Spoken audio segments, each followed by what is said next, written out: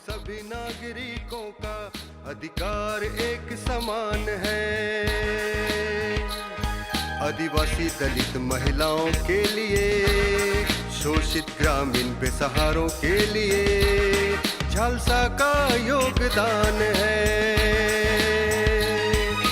आओ करें इंसाफ और अपने हक की बात, कानून की बात, कानून की बात, कानून की बात, कानून की बात। जोहार, नमस्कार। कानून की बात में जब भी हम आपके साथ जुड़ते हैं तो पहले हम बताते हैं कि विधिक सेवा प्राधिकारों की भूमिका क्या है, विधिक सेवा प्राधिकार क्यों बनाए गए। मूल रूप से सर्वोच्च न्यायालय ने यह समझा कि संविधान में जो समानता का अधिकार प्रदत्त है उसके तहत कोई भी व्यक्ति, चाहे वो कितना ही वो गरीब हो, कितना हो अपहुँच वाला हो, कितना हो अक्षम हो, अगर वह कानून से मदद चाहता है तो कानून उसकी मदद करे। बहुत मामलों में न्यायालय आपके दरवाजे तक पहुंचता है कि आपको जो कानूनी सहायता चाहिए वो कानूनी सहायता देने के लिए जो ज़रूरतें हैं उन ज़रूरतों को हम पूरा करने के लिए तैयार हैं। और विधिक सेवा प्राधिकार इसकी मुख्य भूमिका अदा करने वाला संस्थान है। इसमें वैसे लोग जो एससी कैटेगरी में हों, एसटी कैटेगरी में हों, ट्रांसजेंडर हों, विकलांग हों, महिलाएं हों या 3 लाख रुपए से कम सालाना आमदनी वाला व्यक्ति हो, वह विधिक सेवा प्राधिकार से कानूनी सहायता निःशुल्क प्राप्त करने के लिए अधिकारी है। उसको वहाँ से कानूनी सहायता मिल सकती है। कुछ नहीं करना है सिवाय इसके कि अगर आपको डाकिया मिल जाता है तो डाकिया के मोबाइल पर अपना कंप्लेन लिख करके विधिक सेवा प्राधिकार को भेज दीजिए।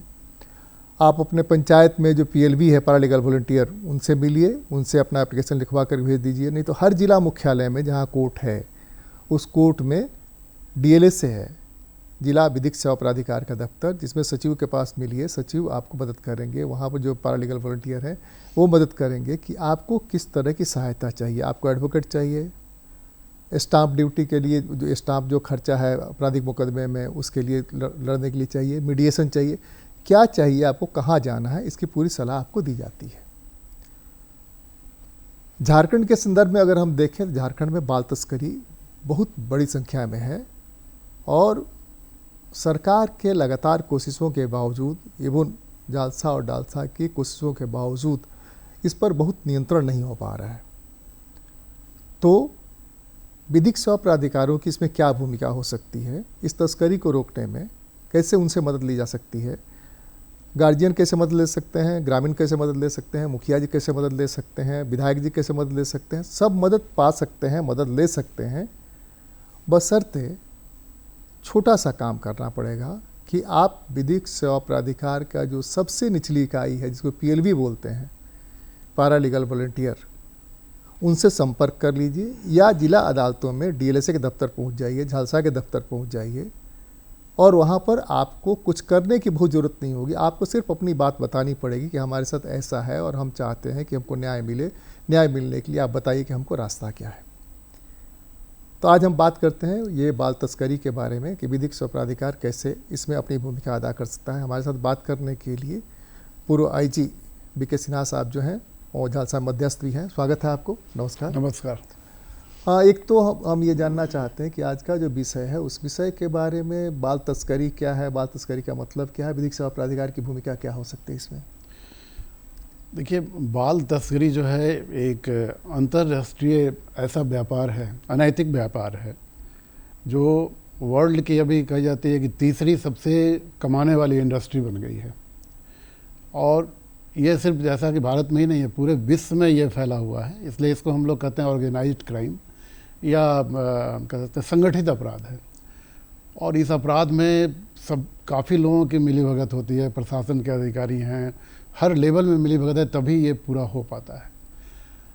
सबसे पहले तो जब बच्चों के अधिकार के बारे में बहुत ज़्यादा जागरूकता नहीं थी, पहली बार जब एक अंतर्राष्ट्रीय कानून यूनाइटेड नेशंस ने बनाया 1989 में, तो सबसे पहले तो उसने बच्चे की परिभाषा को डिफाइन किया। पहले हर कंट्री में बच्चे के न्यूनतम उम्र अलग अलग थी। इंडिया में भी अलग थी, 16 साल से कम उम्र के लड़के और 18 साल से कम उम्र की लड़कियों को बच्चों की श्रेणी में रखा गया था। लेकिन 1989 में अंतर्राष्ट्रीय लेवल पर इसे 18 वर्ष कर दिया गया, सबके लिए कर दिया। कोई भी देश जो यूनाइटेड नेशंस का मेंबर है उनके यहाँ बच्चे वही होंगे जो बिलो 18 जो 18 साल के से कम उम्र के हैं। तो बच्चों की परिभाषा हो गई। अब ये तस्करी, जो बच्चों की जो तस्करी है, एक अनैतिक व्यापार है, मॉरली ये अलाउड नहीं है। 3 तरह के व्यापारों को अनैतिक व्यापार माना गया है। एक ड्रग्स का है, दूसरा आर्म्स का है और तीसरा बच्चों का ट्रैफिकिंग है सबका, जिसमें बच्चे भी आते हैं और बड़े लोग भी आते हैं। लेकिन सबसे जो ज़्यादा तस्करी के मामले जो रिपोर्ट होते हैं वो बच्चों के होते हैं। बच्चों में भी जो लड़कियों का जो परसेंटेज है वो बहुत ज़्यादा है। और हमारे देश में के कानून में कहीं भी ट्रैफिकिंग की कोई परिभाषा नहीं थी।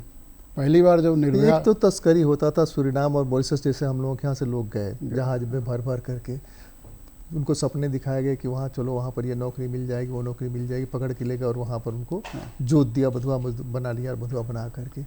अपने यहाँ जो तस्करी हो रही है और यहाँ से इस तस्करी में जो पुलिस की सूचनाएं, खबरें जो आती हैं कि इस यहाँ से बाहर भी बच्चे भेजे जा रहे हैं, पोर्नोग्राफी में भी उनका यूज़ किया जा रहा है।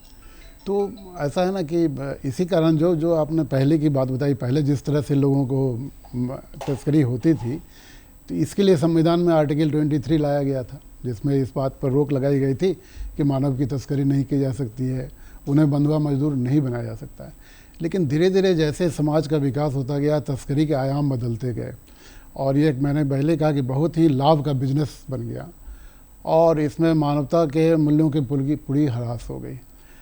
और पहली बार भारत में कोई ऐसा कानून नहीं था जिसमें कि ट्रैफिकिंग क्या है इसको डिफाइन किया जाए।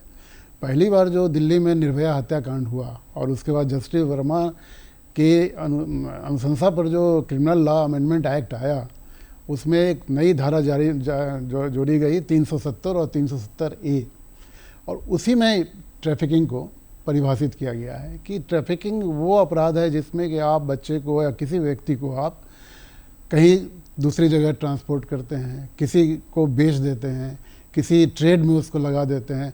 तो माइग्रेशन हो या ट्रांसपोर्टेशन हो, जिस तरह से भी उसको एक जगह से दूसरी जगह ले जाया जाता है, ये सारा ट्रैफिकिंग का पार्ट है।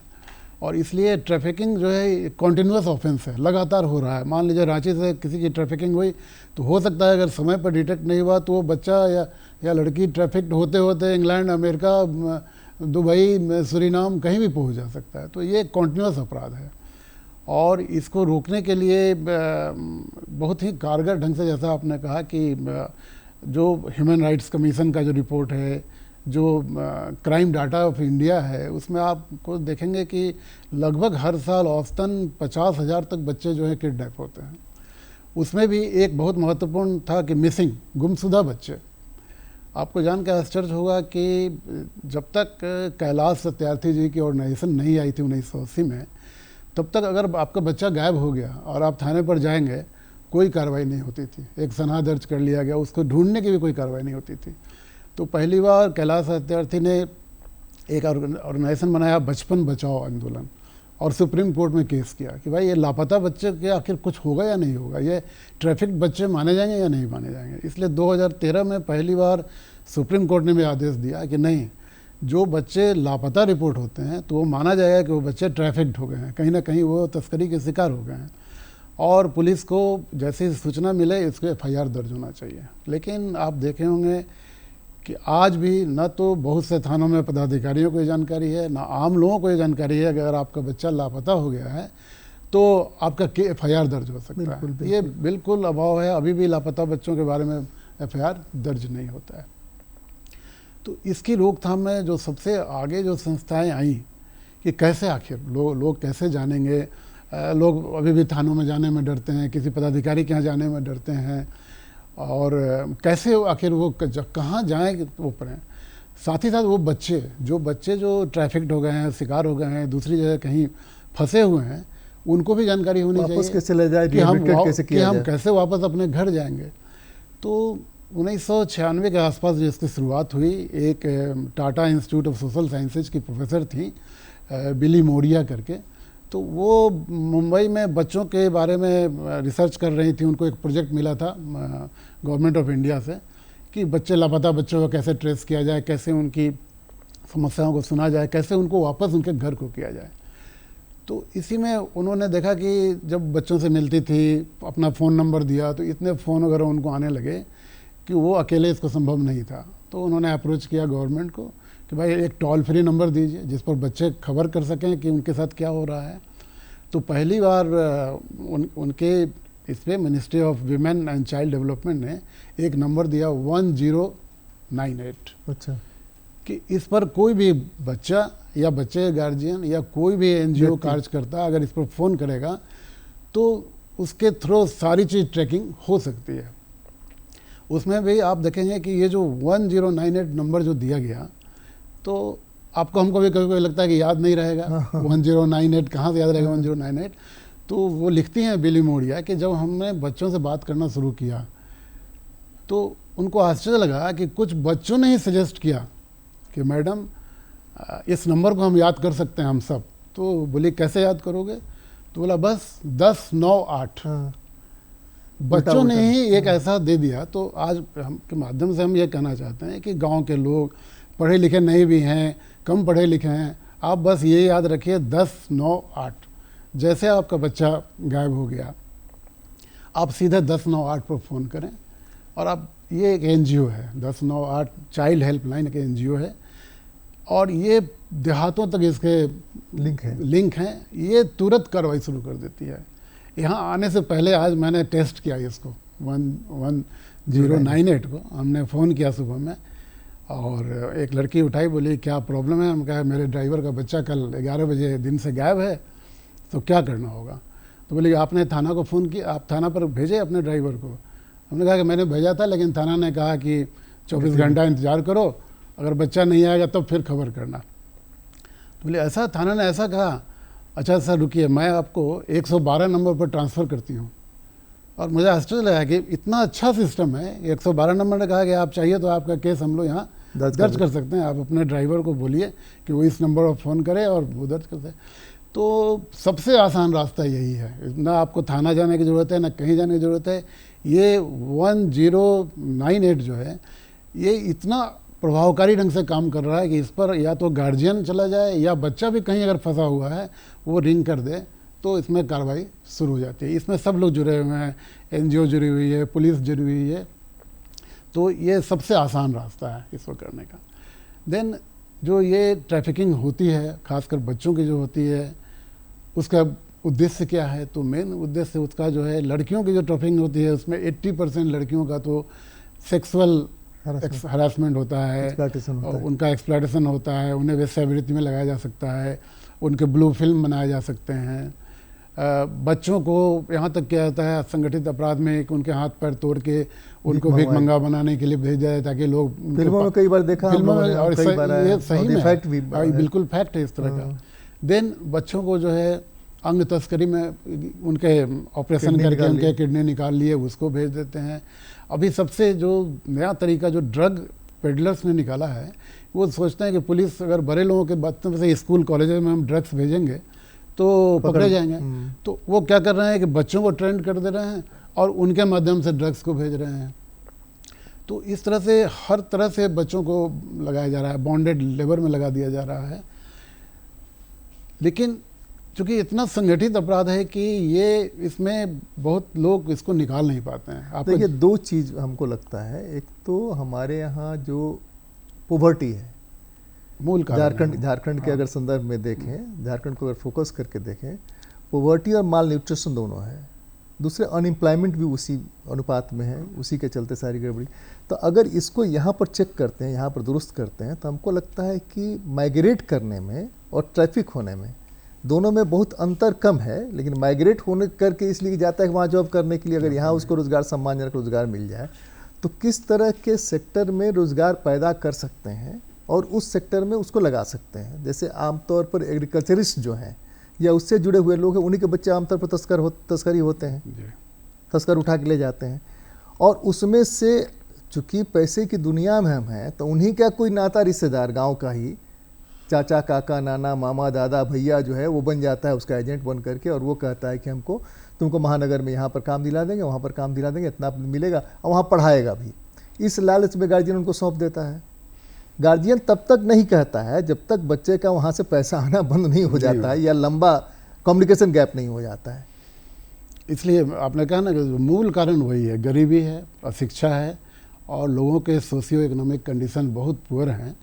और इसलिए गार्जियन कभी कभी अपने कंसेंट से भेज देते हैं बच्चों को, ये समझ गए कि सही जगह जा रहा है, इसका पैसा आएगा। जब दोनों चीज़ है, कंसेंट भी है, कंसेंट के पीछे लालच भी है, लालच और उनको दोहरा लालच दिखता है। एक तो पैसा भेजेगा, दूसरा एक पढ़ लिख लेगा, वहाँ पर आदमी बन जाएगा, मतलब शहर जाएगा तो आदमी बन जाएगा।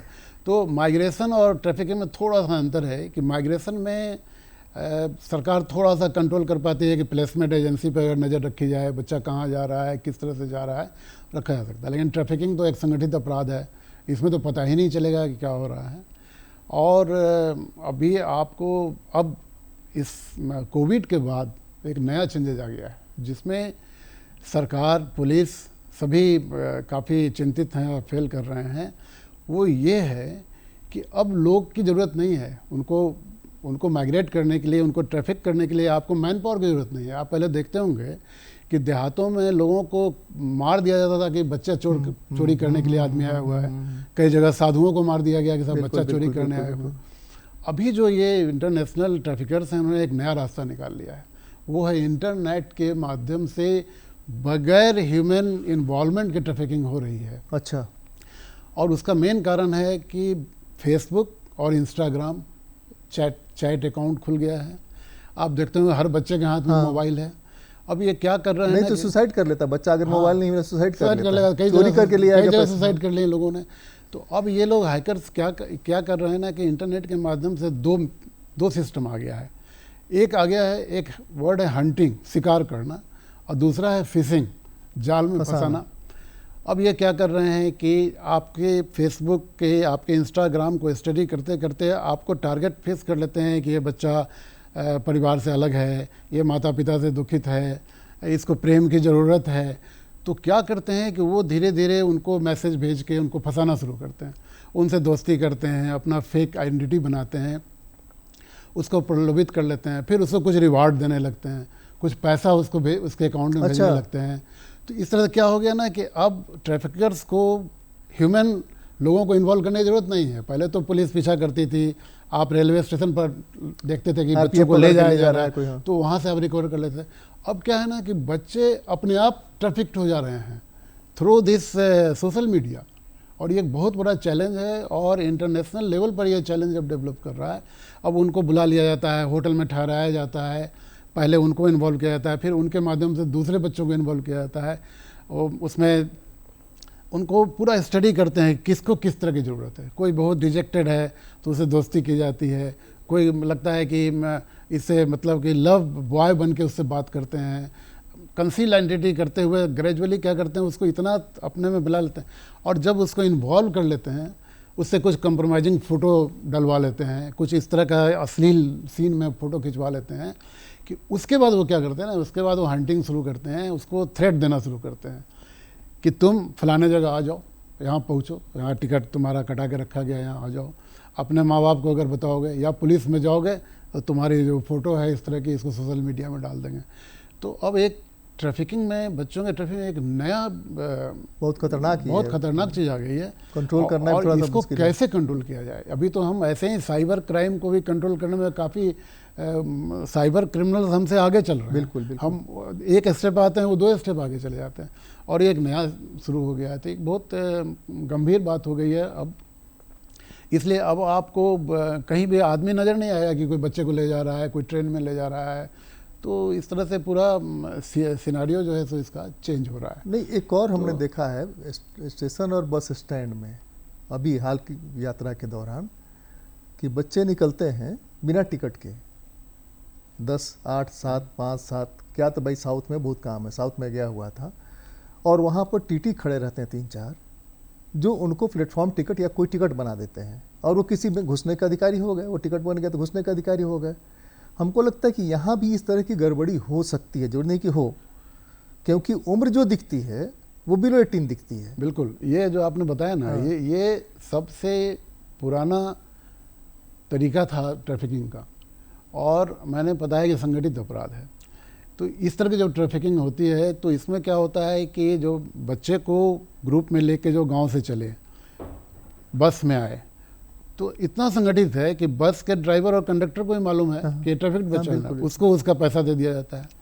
रेलवे स्टेशन पर आए, वहाँ भी जो पदाधिकारी हैं, जो रेलवे गार्ड है, उसको दे दिया जाता है। फिर ट्रेन में जो बैठाया जाता है तो टीटी को मालूम होता है, उसको भी उसका हिस्सा दे दिया जाता है। तो इस तरह से मतलब कि इसमें क्या है कि हर आदमी को इन्वॉल्व कर दिया जाता है, पैसा देते हुए इन्वॉल्व कर दिया जाता है, और बस ही आसानी से जो है सो ये होता है। ये सिस्टम अभी भी प्रिवलेंट है, लेकिन इसमें अब इतनी बड़ी मात्रा में ट्रैफिकिंग नहीं हो रही, चूँकि अब बच्चे खुद ट्रैफिक्ड हो जा रहे हैं। और जब वो फंसते हैं, आपने देखा होगा कि यूक्रेन में और असम में 35 भारतीय लोग इसी फिशिंग के कारण उनको प्रलोभन दिया गया कि आपको नौकरी दी जाएगी, रूस में किया जाएगा। और जब रूस में वो पहुँचे तो उन लोगों को वहाँ आर्म्स की ट्रेनिंग देके और कहा गया कि यूक्रेन के विरुद्ध लड़ाई लड़ो। काफ़ी गवर्नमेंट ऑफ इंडिया ने इसमें इंटरवीन किया और फिर बचा के उनको वापस लाया गया। तो इस तरह के नए नए तरीके ईजाद होते जा रहे हैं। और ये जो आपने जो बात किया, ये कैसे आखिर ये बच्चे जो ट्रैफिक्ड हो रहे हैं तो इनका क्या होगा। और गवर्नमेंट का फिगर देखिएगा तो हर साल ये लोग दिखलाते हैं 3000 4000 बच्चे रिकवर करके लाए हैं। एनजीओ जाती है, कई जगह एनजीओ के लोग ट्रैफिक की तुलना में कुछ नहीं है। कुछ नहीं है। और कई एनजीओ जो इसमें जाती है उसमें कई एनजीओ के लोग मारे भी जाते हैं। इतना बड़ा क्रिमिनल गैंग है कि आप डिस्टर्ब कीजिएगा तो आप मारे जाइएगा। तो अभी जो आपने ये जो विधिक सेवा या कानूनी सलाह की जो बात की, तो उनसे कैसे मदद हाँ, तो ट्रैफिक बच्चों को जो कानूनी सहायता का जो मामला है वो जनरल कानूनी सहायता से बिल्कुल अलग है। इसका मीनिंग जो है लीगल एड टू द, आपका जो टॉपिक है legal aid to the victim of traffic children, जो पीड़ित हो चुके हैं, ये लीगल एड यहाँ बिल्कुल डिफरेंट है। यहाँ पर लीगल एड का मतलब ये है कि हमारी जो एजेंसी है, जो डालसा की आपने बात की, हमको ये देखना है कि एक बच्चा जब रिकवर होके आएगा तो उसको कैसे मदद करें, तो उसको कैसे मदद करके उसकी रिकवरी से लेके और उसके रिहेबिलिटेशन, उसके पुनर्वास तक। कभी कभी तो ऐसा होता है कि लड़कियां जो कि गलत धंधे में फंसा दी गई हैं, जब वो अपने गांव लौटती हैं तो उनके माँ बाप उनको लेने से इनकार नहीं करते हैं कि साहब बदनामी हो जाएगी, इसकी छोटी बहन की शादी नहीं होगी, तो वो बच्ची कहाँ जाएगी। तो इसलिए जबकि जाते समय उसका कंसेंट था, जाते समय consent, जब लौट करके आई तब तो हो गया। तो इसलिए क्या है ना कि डालसा के लिए और बच्चों के लिए कानून बने हैं, उसमें चाइल्ड वेलफेयर कमेटी है, आश्रय होम है, और पुलिस। इसमें तो हमने कई मदद ली है, जिसमें कि वो लोग जो है कस्तूरबा विद्यालय में लड़कियों का नाम लिखवा देते हैं। एजुकेशन दिलाना ये भी पार्ट ऑफ जो है सो लीगल एड का ये पार्ट है कि उनको रिवेलेट करना, उनको पुनर्वास करना। पुनर्वास में है कि उनको स्किल डेवलपमेंट सेंटर में ले जाना, स्किल डेवलपमेंट कराना। फिर ये भी है कि उनके पिता, जैसे आप बताएं, उनके गार्जियन की अगर मालियत बहुत ख़राब है तो उनके हालत को अगर इम्प्रूव किया जाए। बच्चों को उसमें एक और दो तरह का है कि स्पॉन्सरशिप प्रोग्राम भी है, जिसमें कि उस तरह के बच्चों के लिए स्पॉन्सर्ड अगर कोई मिल जाता है, 2000 रुपये वो देती है डालसा की तरफ से दिया जाता है, जिस 2000 रुपये से पूरी पढ़ाई 18 साल की उम्र तक उसकी पूरे पढ़ाई लिखा खर्चा वो अपना मिलता है, गार्जियन पर बोझ नहीं पड़ता। बिल्कुल, हाँ। जो इस तरह के पीड़ित, इसमें एनजीओ बहुत आगे आती है, डालसा इसमें हेल्प करती है। और इसमें एक और है कि कानूनी मदद आपको मिल सकती है, इसलिए कि बच्चा जब रिकवर होके आएगा तो नेचुरल है कि केस होगा, बिल्कुल पुलिस में केस होगा, केस में सुनवाई होगी, बच्चे को गवाही देने के लिए जाना पड़ेगा। तो उस समय ये लीगल एड, जो कानूनी सहायता का काम ये आता है कि बच्चे को फ्री एड मिले, उसको वकील की सुविधा मिले, पुलिस उसको प्रोटेक्ट करे ताकि वो जाके गवाही दे सके और जो ट्रैफिकर्स हैं उनको सज़ा हो सके। तो लीगल एड का जो ट्रैफिक चिल्ड्रन के लिए जो है वो लीगल एड नहीं है, पूरी एक बहुत बड़ी योजना है लीगल एड के तहत, रिकवरी से लेके उसके पुनर्वास तक, उसके जीवन में परिवर्तन लाने तक। क्योंकि बच्चे जो रिकवर्ड होके आते हैं, मुझे मौका मिला है, मैं ह्यूमन राइट्स में भी हूँ, कई सेंटर में जाने का मौका मिला है। एक एस्टेक संस्था जो है किसान संघ की है, वहाँ मैं गया हूँ। तो बच्चे जो रिकवर्ड होकर आते हैं काफ़ी ट्रॉमा में होते हैं, साइकोलॉजिकल उनके काउंसलिंग की ज़रूरत होती है। वहाँ मैंने कई ऐसे केसेस देखे जो रिकवर होकर लड़कियाँ लाई गई, 12 साल 13 साल की लड़की है, और मुझे बताया गया, वहाँ के एडमिनिस्ट्रेटर्स ने बताया कि सर जब हम लोग ट्रैफिक को लाते हैं तो सबका मेडिकल जांच कराते हैं। हम लोग कई मामलों में आश्चर्य होता है जान के कि 12 साल 13 साल की लड़की है, उसको पता नहीं है लेकिन वो प्रेग्नेंट है। अब सोच लीजिए कि उसको हम किस तरह से उसको हम बताएं, गाइड करें, क्या करें, उसका क्या होगा। तो काउंसलिंग एक बहुत इंपॉर्टेंट पार्ट है लीगल एड का, और इस लीगल एड के टीम में सब लोग जुड़े हुए हैं। इसमें पुलिस हैं, इसमें सोशल वर्कर हैं, इसमें एनजीओ हैं। तो ये सारा लोग मिलकर एक लीगल एड का एक बहुत बड़ा अम्ब्रेला तैयार किया गया है और उसके माध्यम से पुनर्वास किया जाता है। लेकिन प्रॉब्लम यह है कि हमने बताया कि 50,000 के आसपास डाटा है कि बच्चे ट्रैफिक्ड हो रहे हैं, और गवर्नमेंट में आता है कि 3,000 रिकवरी हुई, 4,000 रिकवरी, तो बाकी 40,000 तो ट्रैफिक्ड हैं, उनका कोई अता पता नहीं है वो कहाँ है। तो मुझे लगता है कि जड़ पर अगर प्रहार करें जिसके चलते ट्रैफिक नहीं हो सके, मैंने माली हालत उसकी सुधारें, उसको एम्प्लॉयमेंट के लिए व्यवस्था करें, उसको इन्वॉल्व करें। और उसमें सबसे इम्पोर्टेंट है कि हम बच्चों का एजुकेशन, उनका skill development, plus school colleges में ये जो 1098 के बारे में बताया जाए उनको, कि अगर बच्चे अगर ट्रैफिक्ड होकर कहीं फंस गए हैं तो उनके पास मोबाइल है, सब कुछ है, वो 1098 को अगर टेलीफोन कर दें तो उसमें बाकी प्रक्रिया वो पूरी 1098 कहती है कि हमारी एफिशिएंसी इतनी है कि अगर एक बच्चा हमें फ़ोन कर दे तो हमारी जो यूनिट जो छाई हुई है वो 1 घंटे के अंदर तक बच्चे तक पहुंच सकती है, अगर वो कंट्री में है। कंट्री से बाहर है तो मुश्किल है, लेकिन कंट्री में है तो ये बहुत बड़ी सुविधा है, और इस सुविधा का अगर उपयोग किया जाए तो इसलिए स्कूल में बच्चों को इसका ज्ञान होना चाहिए। सरकार ने जो कानून बनाया है अभी उसमें एक चीज़ डाल दिया है कि ये ट्रैफिकर्स, ये जो क्रिमिनल्स हैं, इस बात का सहारा लेते थे कि साहब हम तो गार्जियन के कंसेंट से लिए हैं बच्चे को, बच्चे का कंसेंट मेरे पास है। तो अभी जो नया कानून 370 IPC जो बना है उसमें दिया है कि कंसेंट इज इमैटेरियल। आप कोर्ट में कहीं भी ये अपनी प्रतिरक्षा नहीं ले सकते हैं कि हमने कंसेंट तो बच्चे को ले गए हैं, हमने इंटरनेट पर बच्चे ने अपना कंसेंट दिया है, तो कंसेंट अब अलाउड बच्चे का कंसेंट हो ही नहीं सकता। बच्चे का कंसेंट होने देगा, चूंकि 18 साल का है। गार्जियन ने कैसे कंसेंट, और गार्जियन कैसे कंसेंट देगा जब उसका बच्चा 18 साल का है, तो नहीं हो सकता है। तो इसलिए कानून तो बन रहे हैं, उसको प्रभावी ढंग से इंटरप्रेट करना, और जो आपने कहा कि जड़ पर कैसे अटैक करें, तो ट्रैफिकिंग जो है का बिजनेस इंटरनेशनल क्राइम है, ये बियॉन्ड कंट्रोल है, पूरे विश्व में छाया हुआ है। यूनाइटेड नेशंस की अलग एजेंसी इसको हैंडल कर रही है। कानून की बात में आज बस इतना ही, अगली बार मिलते हैं, किसी और मुद्दे पर चर्चा करते हैं। बहुत बहुत धन्यवाद। नमस्कार। नमस्कार।